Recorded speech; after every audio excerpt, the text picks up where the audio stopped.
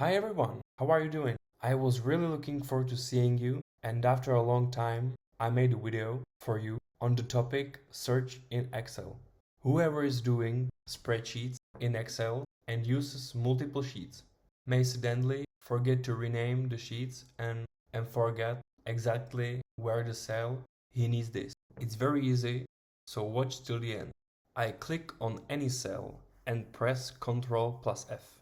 Now I get the search bar at the top right. I need to find where David is. So I'll type the word David into it and Excel will show you exactly where it is. Now I need to find Nicolas. So I'll type Nicolas and Excel will show me where he is again. But because I have a word Nicolas in there more than once, I use the arrow to click exactly where I need to go. Thank you so much for watching my channel. Please don't forget to like, subscribe. See you soon. Bye.